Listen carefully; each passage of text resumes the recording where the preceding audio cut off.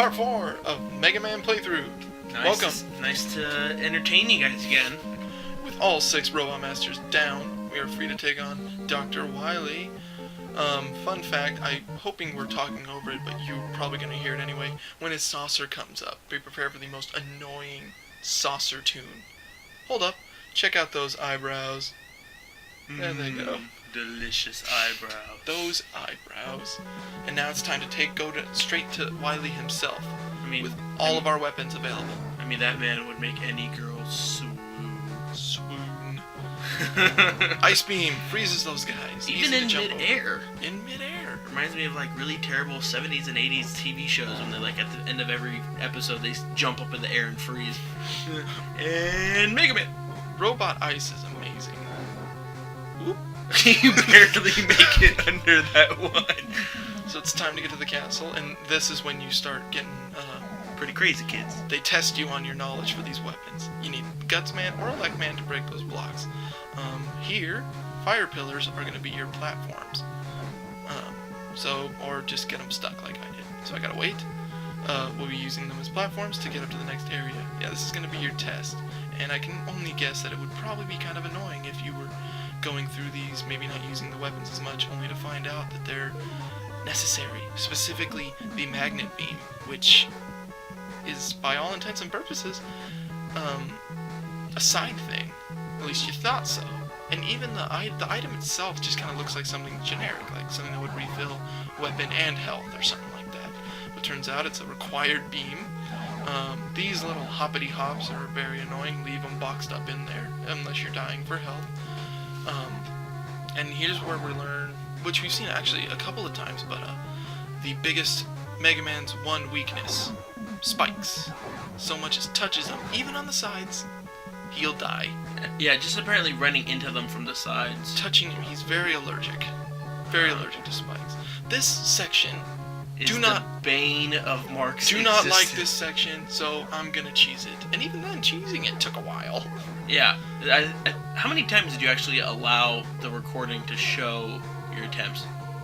Never. Oh, okay. You just kind of. Oh, okay. Yeah. To be honest, all my shame for this playthrough we'll be seeing later. And Mega Man fans, you probably know what I'm talking about. But in case those that don't, I'm gonna save it for when that happens. We got a couple of bosses to fight here, and here exactly is the part where you're required to use the magnet beam. Yeah, I totally just realized that if you didn't have the magnet beam at that point, you're just like, how am I supposed to get to that? And on the NES cartridge, you would have had to have a good memory to go, wait, back in Electman stages, there was something that looked a little bit different than a health or a weapon power-up. This guy, the Yellow Devil, the hardest boss in the game, I cannot beat legitimately. So, I'm going to be showing you guys a little trick. And this is his main method. Yellow devil to the face. Yeah. Try and dodge those accurately. To the face. Okay. Fire the elect beam. Pause the game and keep resetting it. Pause the game, go back into it. It's a little bit more clunky with the PS2 version, but basically what you're trying to do, when you fire the elect beam... You totally use your, invincibility frame to, just walk through. Pause the game so that the elect shot essentially resets. You can see his health go down, because the elect beam is staying over his weak spot, which is his eye, the only part you can damage. If you keep pausing and going back, it'll reset the shot and damage him. Mark used pause glitch. It was super effective. It is impossible to beat him. And I know, later on down the line, you guys will tell me that you beat this on your second try, some of you. And great, I'm all for that. You guys are very good. You guys are much better at Mega Man games than me. That one, I was sick of, so I needed to take care of it. And I was already driven to the brink of madness by that one section earlier, and Gutsman. This was all in one recording session, and I had to, plan accordingly, because I was already driving myself insane. Yeah, we had a lot of ooh-saw sections here. We just breathe, just breathe. No time for breathing, because the Yellow Devil's back again. Oh, man. Oh, hey, look at this bar. Good time. Switching around a couple weapons, because we're going to be showing you a couple of guys that we may have seen before. And this is going to be another trope that we're going to see in Mega Man games. Oh, wait. Oh, I actually jumped over it this time. I didn't find trap hole. There it is. Trap hole. Hey, look, it's Cutman. Hey, didn't we kill you?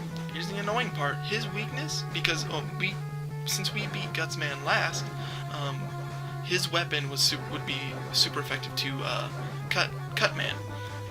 Problem is, in Gutsman original stage, he had a bunch of blocks during his stage that you could pick up with Gutsman's weapon and throw it at him to damage him. This time, the blocks aren't there. You have nothing to use. So, go the old route and use the Mega Buster. Good old-fashioned shoot-em-ups. But the trope that's going to be introduced in the Mega Man game is the concept of a boss rush in the end of the game, where all 8, in this case 6, Robot Masters you'll be fighting them sporadically throughout. The other games will simplify it by having you fight them back to back through all 8 of them. But if you've gone through them before, the only problem is staying alive with all of your health intact, because in addition to these Robot Masters, we will be fighting another boss who's tough, but not as tough as the Yellow Devil. No boss in this game is harder than the Yellow Devil. Mark his words when he says, no boss. Mark the mark. Mark when he says that the Yellow Devil is impossible. Or whatever, do whatever you want, I don't care. Don't worry about it. Alright, so we're going to be, these are fairly simple sections, especially if you've played the game at this point. Honestly, I should have used the Elect Beam, but if I remember correctly, I was running low on ammo. And as you can see, my health is paying the consequences. Yes. And at this point, he's like, you know what, I'm just going to use the Elect Beam. I'm done here. I've seen you guys since Cutman stage. But, this part is not as hard as the others, but it's all about conservation. Your weapon ammo and your health you need to worry about. Oh, wait, there it went. Otherwise, you'll do that. And if that's a game over, by the way, the game overs in this game. The way they work is, there's checkpoints throughout the game where if you lose a life, you get set back. For example, here, which is right above where I died. Which is nice, because now you can just kind of, I'll go grab that life again and act as if nothing happened. But game overs in the game reset you to the beginning of the level. In this case, the Wily stages are set up into separate sections. For example, the beginning when I was on those platforms above the sky, these orange platforms here. As soon as I started that, that's a section of the stage. So if I got a game over, I would go back to that. For all the Robot Masters, of course, if you get a game over, you start at the beginning of their stage, not the checkpoints or halfway points in between. Which is somewhat nice compared to how, I guess, repetitive it could feel if you're playing Gutsman stage for the 5th time in a row, like from the beginning, because you died and lost all 3 of the lives that they gave you. So what's that, like your 15th attempt? Yeah. Somewhat. So yeah, it could be very repetitive, and it would totally be terrible to have to face the Yellow Devil an exponential amount of times, especially if you didn't know about the pause glitch or anything like that. So it works on the NES version as well. I can't name the specific versions.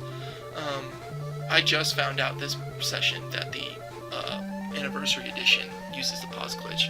Alright, the other annoying boss.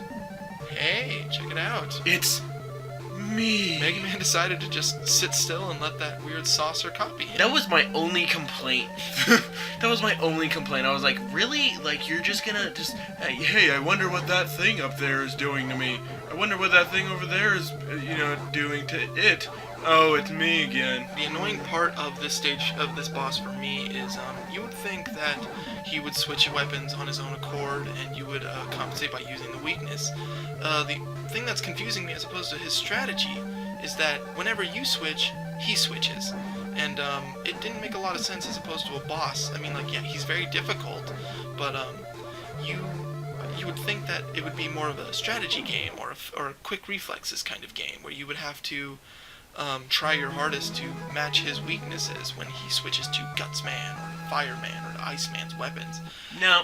It's not the case. He copies you. And he straight up copies you. In every sense of the word, he's going to take a couple of tries, definitely, because there's no set strategy for him, in my opinion. You have to use the weapons that you're dealt with and just be quick on the draw to use them. Just whatever you're really comfortable with. A lot of people recommend using weapons like Fireman's weapon and straight shooter weapons. Yeah, just simply because the knockback When he gets knocked back, especially when you get him pushed into a corner, he doesn't quite understand what to do. He's just like, you hit me. You actually hit me. And this part, thankfully, at least in my opinion, this section is a bit of a respite from the hell that you've been sitting through when it comes to bosses, the stage itself, and the doppelganger robot. It's a very simple section, and I do recommend right here, the background will turn blue, and you'll be suddenly sped up. I guess it's water or something, like a water going through the pipe that's just suddenly pushing I'm you. chalking it up to 2000X, which is the year the game is set in 2000X technology. Now right here, Warp speed! he throws you the penguins, which you just shoot straight with the Mega Buster, and here, just jump over the torpedo heads. Oh, except for that guy. That guy, yeah. That guy's a dick. He'll get you. And here we are with a very odd robot. I don't know his name to be particular, because he's actually multiple robots. He's most commonly known as Bubble. I call him, Bubbles. He'll be his new No, name. just not plural, just singular. Bubble. I'm going to do plural since there's more than one. Well, I mean, like with my internet research and everything, that's what everybody would refer it to as, so I'm just going to assume For the first 4 incarnations of him, use the guts, man. Pick up the 4. blocks. For the first 4 incarnations, because each robot here that you kill takes a chunk of his health away. Now I'm on the last chunk. Check this out real fast. Last hit, his last hit. Boom. Who died? Who Sliver who of goes health. down? Who goes down first? Thanks to sprite flickering, I survived. And we'll be taking down the rest of the game in part 5. See you guys then. Who'da thunk?